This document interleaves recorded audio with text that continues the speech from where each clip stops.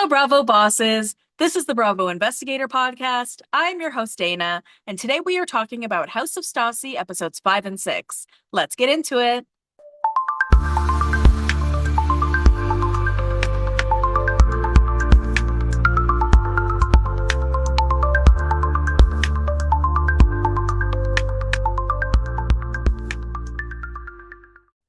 Hello, everyone. I hope you've been enjoying this series of episodes. I know that I have.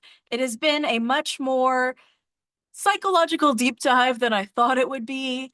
Initially going into this show, I was like, okay, I'm definitely not going in as like a Stassi stan. I'm going in as more of like a spectator of Vanderpump Rules and everyone in it for the past 10 years. So I'm very intrigued to see what's been going on in Stassi's life between now and then. And it's been an interesting ride, to say the least. But before we get into it, I hope everyone's doing well. Don't forget that I am all over the social medias, okay? So you can follow me on Instagram, TikTok, and Threads at the Bravo Investigator. I'm not really big on TikTok, but I'm still there. Threads, I'm very big. Um, Instagram too. I'm always on Instagram and Threads, so definitely check me out there. I also have a whole new podcast. It's called All You Need Is You. It is a podcast about living your best solo life. Episodes come out every other Saturday, and that you can find on its own feed. So you just need to go to Apple or Spotify, type in All You Need Is You, and you can get the episodes there. But I also have the podcast episodes on this feed here on the Bravo Investigator podcast because that's where my listeners are. So I thought I would put it here as well. So sometimes you'll see episodes in my feed that say you might also like, and then it'll say All You Need Is You pod, and it'll release episodes of that nature as well. But if you want to listen to All You Need Is You podcast on its own, if you want to follow the show, like I said, just go to Apple or Spotify, type in the show into the little search bar, and then just follow the show, download the show, listen to the show. But I am happy to have you guys here today. And it almost feels like I ended up having spoilers. No, sorry, not spoilers.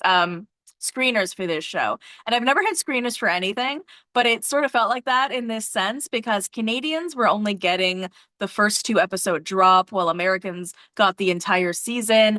I was able to get the entire season from like this website that I use. So I was like, oh, okay, this is perfect because I'm going on vacation soon. So I can just like really ramp up doing recaps of these episodes. I'll do two at a time. I'll do it in advance. That's what I'm doing right now. And that'll sort of help me get all ready for the trip. So that's been great. Sort of would love to get screeners for all other things, but you know what? In everyone else's defense, I've never asked. So you know what? They don't just hand them to you. So I'll say that. But yeah, I'm not sure I'm quite there yet, but you never know. Now that I'm with Cloud 10, I'm really excited to be with them, and I'm hoping they will help me grow this show. And it's starting to happen already. So very excited to be here with you guys today. We're talking episodes 5 and 6 of House of Stassi. Go back in your feed if you want to listen to my recap of episodes 1 and 2 or 3 and 4. So this is our third episode, and then we'll have one next week as well, and that'll be it because there was only an 8 episode drop. And as I mentioned before, really wish they hadn't dropped it in that way. People were sort of done talking about it by the end of the weekend, so it just would have made more sense to have like the longevity of conversation or like discourse in the zeitgeist if they had dropped it like maybe 2 episodes a week or something like that. But I am dropping it 2 episodes a week in terms of us chatting about it. So we pick up at the dinner party from hell at the staycation house where Beau had just called Stassi dumb and she has walked away. Now Rob, and remember Rob is Beau's best friend, or sort of, they're in a weird place, right? So Rob feels like this isn't group therapy. He feels like this is just group yelling and this is not something that he's used to. But I'm sorry, Rob, like you knew what you were signing up for. Yes, it's not group therapy, but Stassi was right when she said to the camera in the last episode that that is what happens at these dinner parties. They're for yelling, right? They're for creating chaos. And so pretty much everyone at the table should have expected it. I understand that it's not something Rob is maybe used to, but he must have seen Vanderpump Rules by now. You know what I'm saying? So Stassi tells the camera that she wasn't trying to get Rob, or she was just trying to get Rob and Beau to a good place. But Beau felt like he wasn't ready to have that conversation with Rob. So he felt like Stassi pushed him into it for the sake of the show, for the sake of the drama. And just to remind you guys, basically, Stassi brings up Beau's issues with Rob and sort of forces him to air that dirty laundry. Not necessarily dirty laundry, but air his grievances with Rob, which are that he's still acting very immature and going out with young girls and still partying and all the things when he's saying he wants family and he wants to grow up in a sense, right? So Beau just wanted to have a chill, fun weekend. He didn't want to bring this up. He didn't want to talk about this. But then Stassi forced that conversation for the sake of the dinner table drama, which is supposed to happen. And Beau didn't want to do that. So they start fighting about it, and Taylor tries to mediate. And Beau is really saying to Stassi, like, you don't listen at all. Like, I'm telling you, this is not what I wanted. You're completely ignoring what I'm saying that I feel. And Stassi is like, but this is just what reality TV is. So Stassi apologizes to Beau in order to keep the peace, but it's not really genuine because she just doesn't want to fight. It's really interesting to watch Taylor intervene or to watch them fight at all because it really seems like they don't know how to communicate with each other. And a running theme that we'll see throughout the rest of these episodes is that they fare a lot better when they have intervention from friends. And that's not good. It sort of reminds me of Rob and Sheena in season 6 of No, sorry, not Rob and Sheena. My apologies. Sheena and Shay. Do you remember how fucked up Sheena and Shay were in terms of their communication to the point where he felt like he needed to have Tom and Ariana in the room to help mediate conversation because he didn't feel like he could have a genuine conversation with just his wife there. And that's like, wow, like that means things are not good. Stassi tells the camera that she never wanted to feel like they were being pitted against each other. And when they agreed to do this show, she never wanted people to feel like they were Team Stassi or Team Beau because she didn't feel like Beau could handle that, but she feels like that she can. Can she?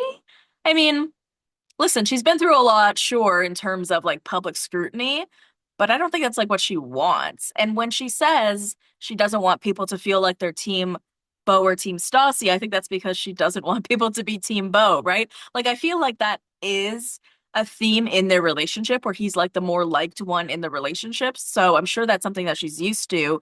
And I'm sure she was trying to show a different side of her family and a different side of her marriage and a different side of herself on this show in the hopes of getting people to like her a bit more. So I think that's what she means.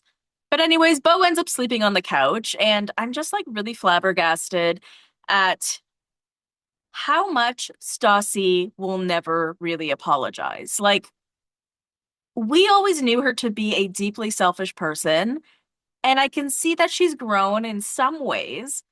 But I'm also kind of impressed that she's been able to keep friends and family and all of these things being this selfish and being incapable of apologizing, even to her own husband, right? Like, yes, I know that she was doing the job of reality TV, but when your husband specifically says to you, like, I do not want to address this issue now, don't, right? Like, you're not gonna throw your husband out of the bus to make good TV. And if you're willing to do that, you don't care that much about your relationship.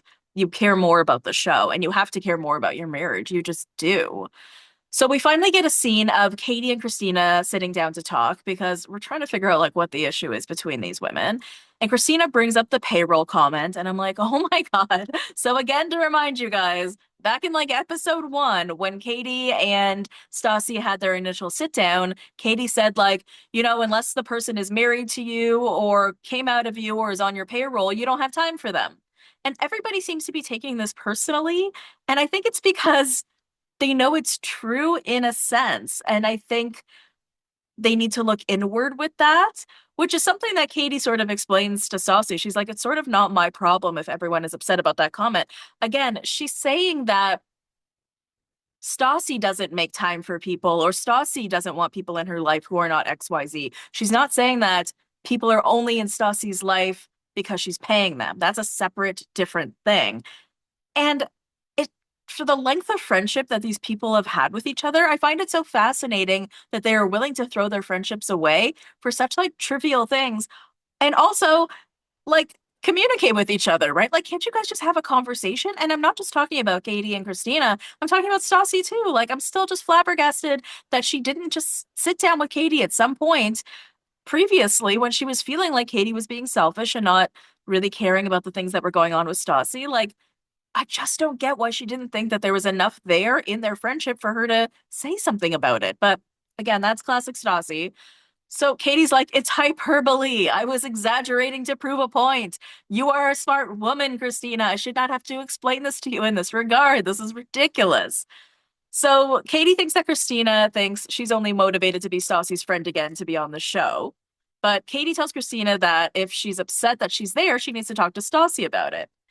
Now, Kristina feels like she's stuck by Katie, all of Vanderpump Rules. She filled a whole season for her, and then she had a baby, and then she didn't hear from Katie. And Katie's like, well, I didn't hear from you either. I invited you to things, and I didn't hear back from you. And Christina tells the camera that Katie asked her to film because she was going through a divorce and she didn't have any allies on the show. So this was obviously season 10, right? And I remember that being a difficult season for Katie. And yeah, Kristina Kelly was pregnant at the time. We weren't aware of it. And she filmed, she went to Mexico for Sheena's wedding and did all the things, right? And Katie feels like Christina could have brought this up at any point in the last 2 years if she felt like Katie was not there for her. And Christina's like, when would I have brought this up? I just had a baby. And it's like, okay, like you have a phone, you could have texted. And she feels like she showed up for Katie and Katie didn't show up for her. Christina's like, do you really think like I wanted to film a whole season of Vanderpump Rules? Do you really think I wanted to go to Mexico for Sheena's wedding? Do you really think I wanted to be around Sheena?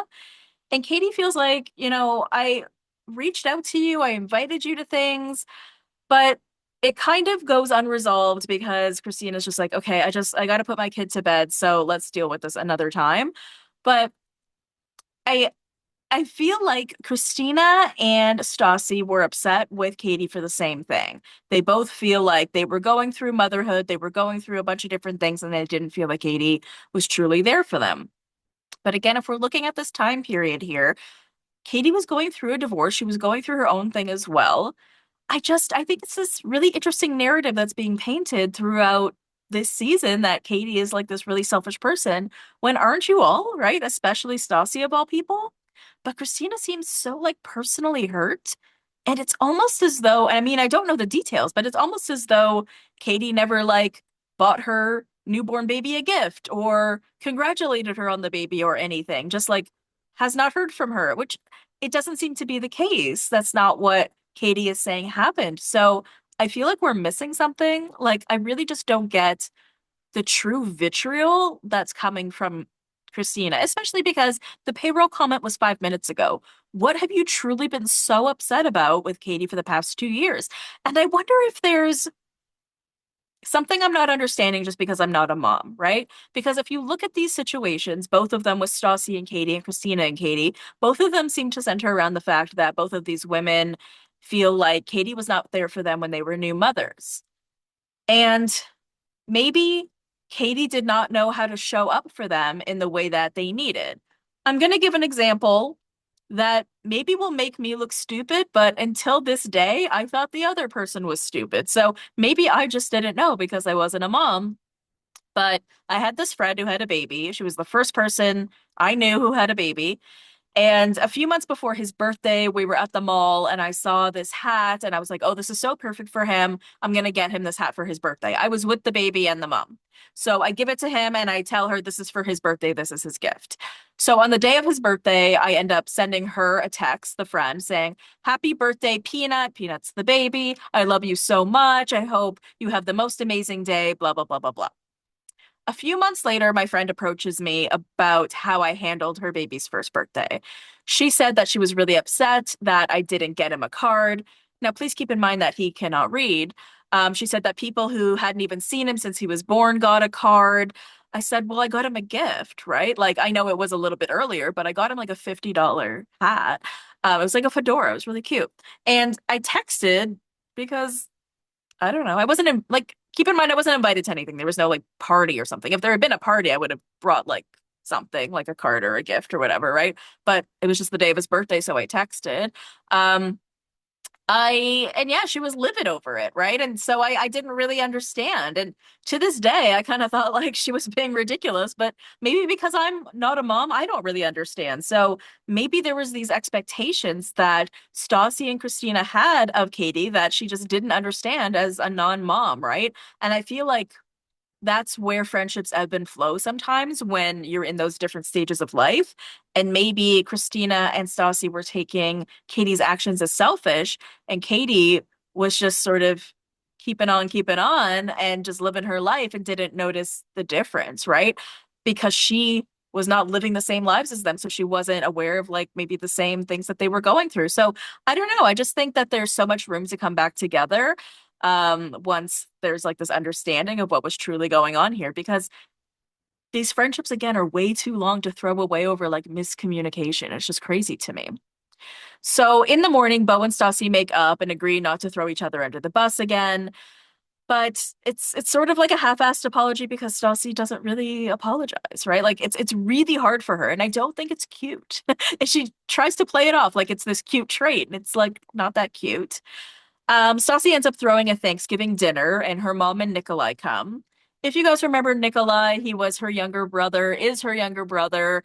The last time we saw Nikolai was on Vanderpump Rules. Well, the last time we saw him was when Stassi and Beau got engaged, and he was like 16 or 17 years old, and there was this scene of him talking to Sheena, and it sort of seemed like Sheena was hitting on him, but she wasn't.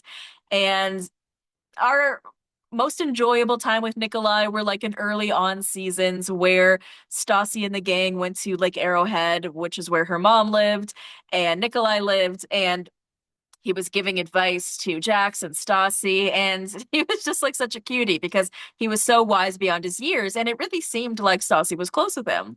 We learned that they are not, but we'll get into that in a second. So Stassi is also not close with her mom, but her daughter Hartford loves her mom, loves Stassi's mom, and she doesn't want to take that away from her, so she still has her mother in her life in certain respects because she wants her daughter to have a relationship with her grandmother. So Georgie is moving in with Georgia, or sorry, Georgie is moving out, and Georgia is going to come stay with her for a bit because she's going to try and give Beau and Stassi some space. And I just thought that this was kind of funny because, like, didn't we just go through like a whole period of time where you two could not stand each other? But I don't know. I mean, it just seems like creating the same, some people are just not meant to be in the same space, and I feel like that's totally fair. But, if it's short-lived, it's short-lived. Georgie and Stassi both have very different relationships with their mom, so it's messy. They both got different versions of their mom growing up. And I feel like that's fair, and that's like sort of true of a lot of people in a sense. Like, I don't speak to my mom at all. I think she's a narcissist. And my sister does still have a relationship with her, and she doesn't remember a lot of like the trauma that I remember when we were growing up. So, in a sense, it's kind of similar because we both also feel like we had very different upbringings in a way. So at the Thanksgiving table, Katie and Kristina finally hash it out. Kristina's partner, Max, who we've seen in the far, far distant background of episodes of Vanderpump Rules, and he's the one who told Kristina, hey, we're not doing Vanderpump Rules. They had just started dating at the time that Vanderpump Rules was brought to the table, brought to the Sir table. And he was like, I don't want to do it. I don't think we should do it. And so she's like, okay, we're not doing it. I don't know how they came to the agreement that she would do it in some respects. But anyways, he apparently really talked to Kristina about this and the whole payroll comment. And he explained to her how much it really wasn't about her. And so she's like, no, I understand that. And then Max was like, okay, so then what are you upset with her about? So he really like sort of brought her back to center and made her realize like it wasn't about her. And so we're really able to get Kristina and Katie back together, which I love. I love when our girls are together. I love those scenes, even in season 11 of Vanderpump Rules, where you had like Lala, Stassi, Kristina, Katie all together going to dinner. Like, I love that stuff, right? I love when they can work through these kinds of things. Then we get into a conversation about how Georgie was talking shit to Georgia about Stassi. So remember that was happening when Stassi went to get her Botox. Georgia was like, so these are all the things that your sister Georgie has said about you. You're terrifying. You've traumatized the family, yada, yada, yada. And then Stassi and her mom get into it at the dinner table because when Stassi is accused of traumatizing the family, her mom rolls her eyes. Stassi's like, see, you just rolled your eyes. And her mom is like, I didn't roll my eyes. I think there's always been a level of fear between Dana and Stassi. Dana is Stassi's mom, not Dana me.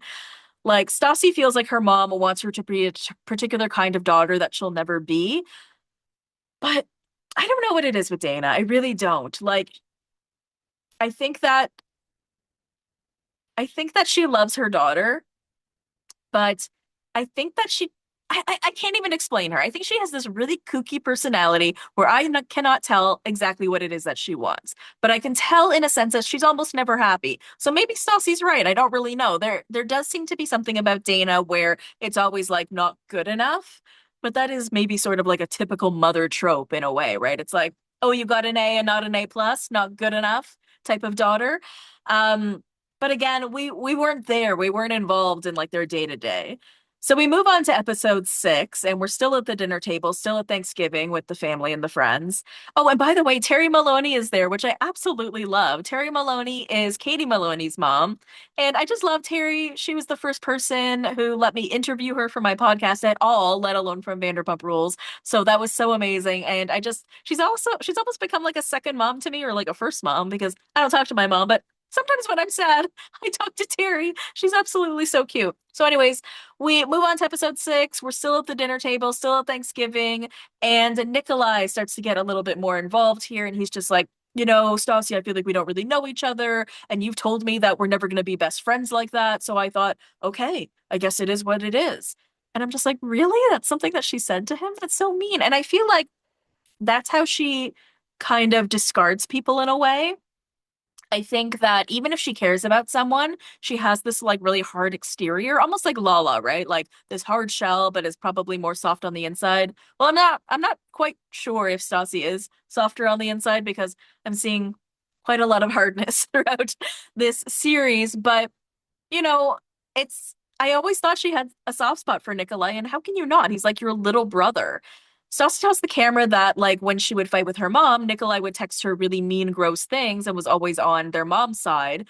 And then she kind of like throws all these different reasons out there as to why she couldn't be close with Nikolai. Well, I was 14 when he was born, and all of my siblings have different dads, and my mom had a habit of pitting us all against each other or pitting them all against me. So, I mean, that does sound like really complicated and confusing. And again, we don't have the context. We weren't there. We don't know a lot about it. But like, Nikolai was a kid, you know? And if he was taking your mom's side, I mean, that kind of makes sense because he's only hearing that side. He was living with your mom because he's the only minor, like, left in the family, or I don't know if he still is. Now he's in his early 20s, but like, apparently, Stassi doesn't talk to a good portion of the family. That's something that Georgie said, and it's not something that Stassi has refuted. So it's just sort of like, ugh, I feel like, yeah, instead of apologizing, instead of being open to conversation, instead of being open to the idea that she's not necessarily done something wrong, but maybe hurt someone or could adjust in some regard, no, no, she absolutely will not accept that. And she will cut you from her life instead. She will cut you so quickly. And it's like, you would think over time, maybe through therapy, that this is something that she would have learned to work on. But we quickly learn that Stassi doesn't seem to truly have ever gone to therapy because we get Stassi getting drinks with Morgan Stewart. Morgan Stewart, I thought, you know what? I'm not even sure who I thought Morgan Stewart was. I was like, I think she has a podcast. I think she has a talk show or something like that. But apparently she was on a show called Rich Kids of Beverly Hills. And this show was around the same time of Vanderpump Rules. It was around the same. And then they both got married around the same time and they both had kids around the same time. So they're apparently good friends. And Stassi talks about her relationship with her mom to Morgan. And she explains to her mom that growing up, she saw her mom as like a boss bitch who really hustled. But then when she got Vanderpump Rules, her mom just kind of stopped working and expected Stassi to sort of take care of her and take care of everything. And Stassi tells the camera that she has an issue with people who can't take care of themselves. And Morgan is like, have you talked about this in therapy? And she was just like, no, like I don't go to therapy, blah, blah, blah. And it sort of seems like the only therapy that she's done is with Beau when he's asked her to. But I don't know why she's so against it when she said in episode 1, like, Vanderpump Rules was like the best, coolest thing in some respects, but in other ways, it's something that I'm going to need therapy for the rest of my life. So why haven't you gone to therapy? Like, in this day and age, even in this show, even in so many other shows that I'm watching, you see such advanced and mature conversations between people these days because people have gone to therapy and because they have done the work. Sometimes too much. Sometimes it's like, okay, can you speak outside of therapy speak? But when you see some elements of therapy speak in people's general dialogue, you can tell that they've done some work on themselves. And Stassi still like yells and screams and bashes her hands on the ground and storms away and tells people that she'll never speak to them again. And she hasn't done any of the work, and that's really scary. Like, you can't do work in some respects. I mean, like, she has said that she has done some of the work with regards to race and looking into that, and we'll talk about that in the next drop of episodes.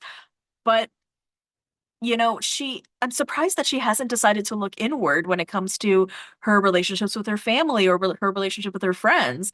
Instead, she's just like, it's everybody else's fault and not mine. And I'm surprised that no one in her life has told her that that can't possibly be true. Or I guess maybe they are. Like people like Morgan are saying, hey, go to therapy, go to therapy. It's wild. I really hope she goes to therapy soon. It's kind of crazy. So Beau and Rob go to get their beards dyed, which is a fun reason to film a scene. And Beau tells Rob that he's pissed at Stassi because yesterday Georgia said that she would get up with the kids so that he could sleep until 9. He just wanted 1 extra hour of sleep. I guess he normally gets up at 8, but he wants to just sleep till 9. And the Stassi ends up waking him up at 8.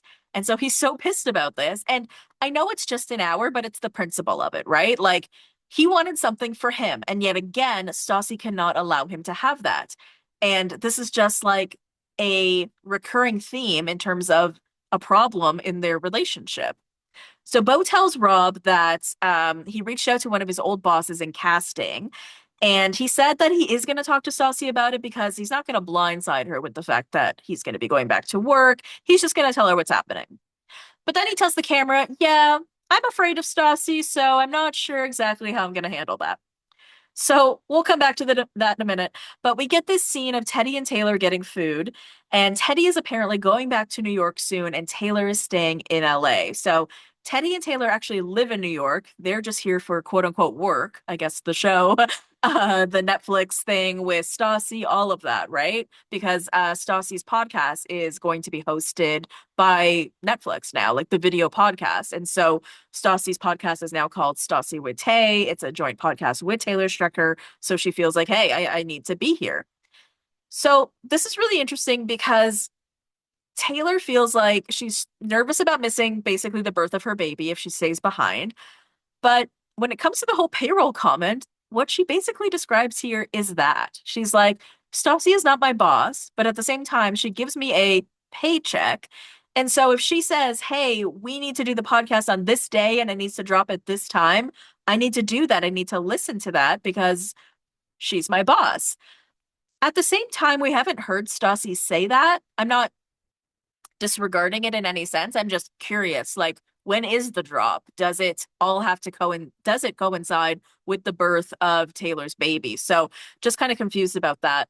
But Taylor feels like she was integrally involved in the creation of House of Stassi in terms of the idea of it, in terms of it being a project. She has worked so hard for this, but she's also the financial provider for her family. And this has been like a lifetime fear of hers where she's always worried about finances. And I'm the same type of person. Like, trust me, my biggest fear is losing my job because I have no savings. I have no other money. I have no other streams of income. So I am constantly, constantly worried about money because I am the only one bringing it in, right? So I understand where she's coming from, but at the same time, like you can't miss the birth of your baby. So Teddy feels like the more that they get into the weeds with Stassi and the more ingrained they become into her life and her projects and the show and all of that, the less control they'll have over their own lives. And it'll sort of just be like whatever Stassi says goes. And interestingly enough, that was the original name of this show. It was called Stassi Says. And I don't know when they changed it, and it doesn't seem like anybody talked about it. But when we initially heard about this show and its inception, it was called Stassi Says. So, fun fact. Um, Taylor says that Teddy has never had a real job, so she doesn't really understand what corporate America is like. Is a reality show corporate America? Is a Netflix podcast corporate America? Like, I don't think I don't know. So Teddy's like, I worked in tech for 5 years. And Taylor's like, yeah, but you worked from home. It wasn't the same thing. Like, you don't understand. And Taylor tells the camera that she's sick at the idea of missing the delivery and she thinks that it would make Teddy love her less. Now, spoiler alert, she did not miss the birth of her baby. I just want to put that out there because I feel like this is a really sad storyline to even kind of put out there because how can you miss the birth of your baby? Like, that's awful. So Stassi invites some of the girls over to decorate the tree with her and Beau and the kids. And this is when Beau decides to drop the news that he's going to go meet with his old casting boss, literally in the middle of tree decorating. So he's just like, oh, hey, I'm going to have to leave in like 10, 15 minutes. I'm going to go meet with this guy about this casting thing. And he's afraid of Stassi. Plus, she's been sick. So he felt like, I'm just going to not tell her about this job interview. But she looks blindsided. She says that she's blindsided. And she's like, we're decorating the Christmas tree. Like, what are you talking about? And then at that moment, she sort of notices that his beard is darker. And she's like, oh, did you dye your beard? And he's like, yeah, it's been like that for a day. So, so you keep getting these moments where you see how disconnected they are because how have you not looked at him is what he's saying, right? Then again, I don't know how noticeable these things are. I am one like I always notice when a man gets a haircut. I don't know why. So I may have noticed this, but he has all the like salt and pepper in his beard. So now it was like all darker. It wasn't that noticeable. I don't know. But I get the point, right? Like you've been looking at me all day. How could you not have noticed this? So when Beau ends up coming back from the casting job interview, Stassi's like, why didn't you tell me about this? And he says, because you didn't want me to go. And right, like I just didn't want to end up getting in a fight with you. You weren't being supportive about it. And so like I didn't want to tell you. But at the end of the day, like you can't be in a marriage and not tell your partner about like something that is going to affect the entire family. Like he didn't tell her because he was afraid, point blank. And if you're that afraid of your wife that you can't tell her about such major things that are going to affect the entire family, like guys, there's something so wrong with this marriage. It's like really sad. So she asks how it went, and he says like it went really well, and they said that they're willing to work with him and his schedule and all of that stuff. And Stassi tells the camera that it was really humiliating that he made this major life decision in front of friends and family and didn't discuss it with her first. Stassi's like, I've been sick. You haven't asked how I've been once. And he's like, you made me get up an hour early yesterday, so I'm pissed at you. So I wasn't talking to you. And she's like, oh my God, Beau, it was like an hour. And then you hold a grudge for like 24 hours. And it's like, it's not about the hour and it's not about like the grudge. It's like, it's so much more than that, right? Like, Beau truly feels like he doesn't have anything for himself and he doesn't feel like she understands that. And I just want to point out, as sad as we do feel for Beau in all of this is a feeling that many, many women feel, who have children and who stay home with them, right? I just want to point that out for the record. So, like, Beau, as much as like this feels like really shitty for you, you feel like you have nothing that's your own, you don't feel like, what's the word? Like you don't feel productive. Like you don't feel like a productive member of society as someone who is just home with the kids all day. We get that. We feel for you. But this is just really a role reversal situation where there are so many women who have felt like this for years and years and years and have just kind of been just pushed to the side or their feelings pushed to the side by their partners about this because they're like, yeah, it is what it is. But at the same time, I'm just saying that, like, if they want to have a healthy marriage, like, they just have to be able to communicate about these things. And they are starting to get to the point of like hating each other, I feel like. Now, Beau tells the camera that Stassi said on camera on Vanderpump Villa that he could go back to work. Plus, they have a nanny, so he just doesn't get it. So we get them talking again in this scene where they're going through toys to throw away because they're going to be getting new toys for Christmas for the kids and stuff. And she's like, okay, I understand that you want to go back to work. I want you to be happy. I want to find a way to make this work. What do you need from me specifically? And he's like, I need you to stop with the jokes about how casting doesn't bring in any money because it's the hard work that I want to do. I want to feel valued. I want to feel like I'm doing like hard, valuable work, right? It's not like about money. And Stassi ends up getting emotional. And Beau says that it's only going to be 30 minutes that she's going to be with the kids without him when the nanny leaves. And Stassi's like, it isn't that. And so this is really interesting because it seems like that was what he thought this was about the entire time. Apparently, their kids are very, very difficult to deal with. And she doesn't really feel like she can deal with them on her own. And she says, like, it's not about that at all. I want Beau to be happy. It's more like the uncertainty around it because he is like the heart of the home. And I know that that's sort of a difficult thing to articulate because it's not just Beau is staying home with the kids. Beau is taking care of the kids. Beau is doing the laundry. Beau is cleaning the house. Yes, these seem like the kinds of things that a nanny can do. And then why not? Why not have a nanny do these things?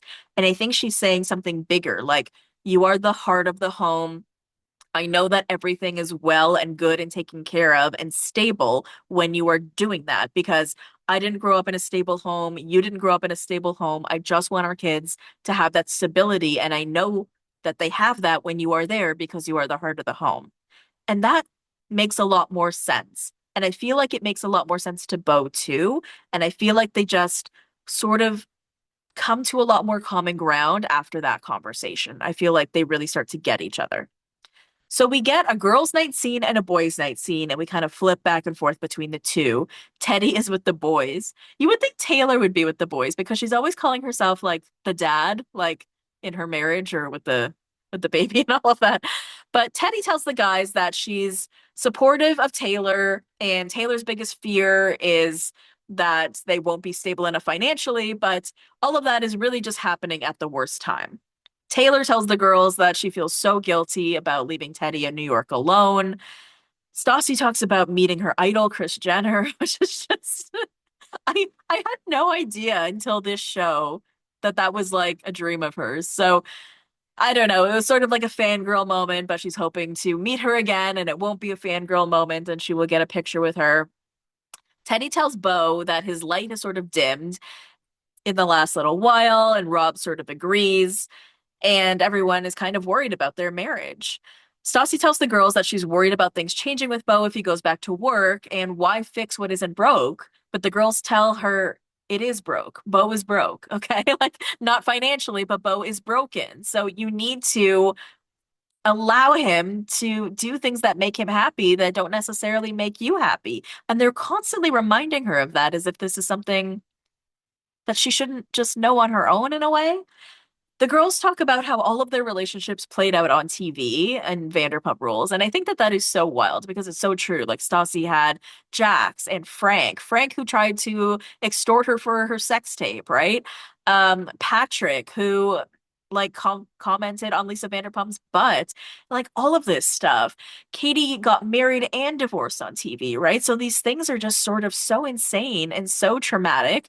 We have Jack sleeping with Stassi's best friend, Kristen Doty, right? The fact that these things really happened at all, let alone on TV, again, therapy, therapy. It's just like, how can you not be in therapy? And everybody encourages it yet again. So the episode ends with Taylor, Christina, and Katie saying all of their confessionals that they are worried about Stassi and Beau if they're not communicating because anyone can get a divorce. It can happen to anyone at any time. Nobody is like barred from it, even if you're the kind of person that says, in our family, we don't get a divorce, which I'm sure is not something that Stassi's family says because her mom has been married and divorced. Both of her parents, I think, have been married and divorced 5 times. Um, I know she keeps saying in the confessionals, like, you guys, when you see us fight on camera, like, don't even worry about it. We'll be fine. But like, I think we're literally watching Beau deteriorate before our eyes. And while, of course, Stassi did not go into this show with the objective or intent that she was going to be airing all of her marriage problems, I don't think she was aware that she had these marriage problems, which is the really fucked up part, right? Like the fact that she doesn't listen to him, the fact that she doesn't see him, she really doesn't. She sees right through him. And I think she loves him, but I think she doesn't really have an interest in his happiness. I really don't.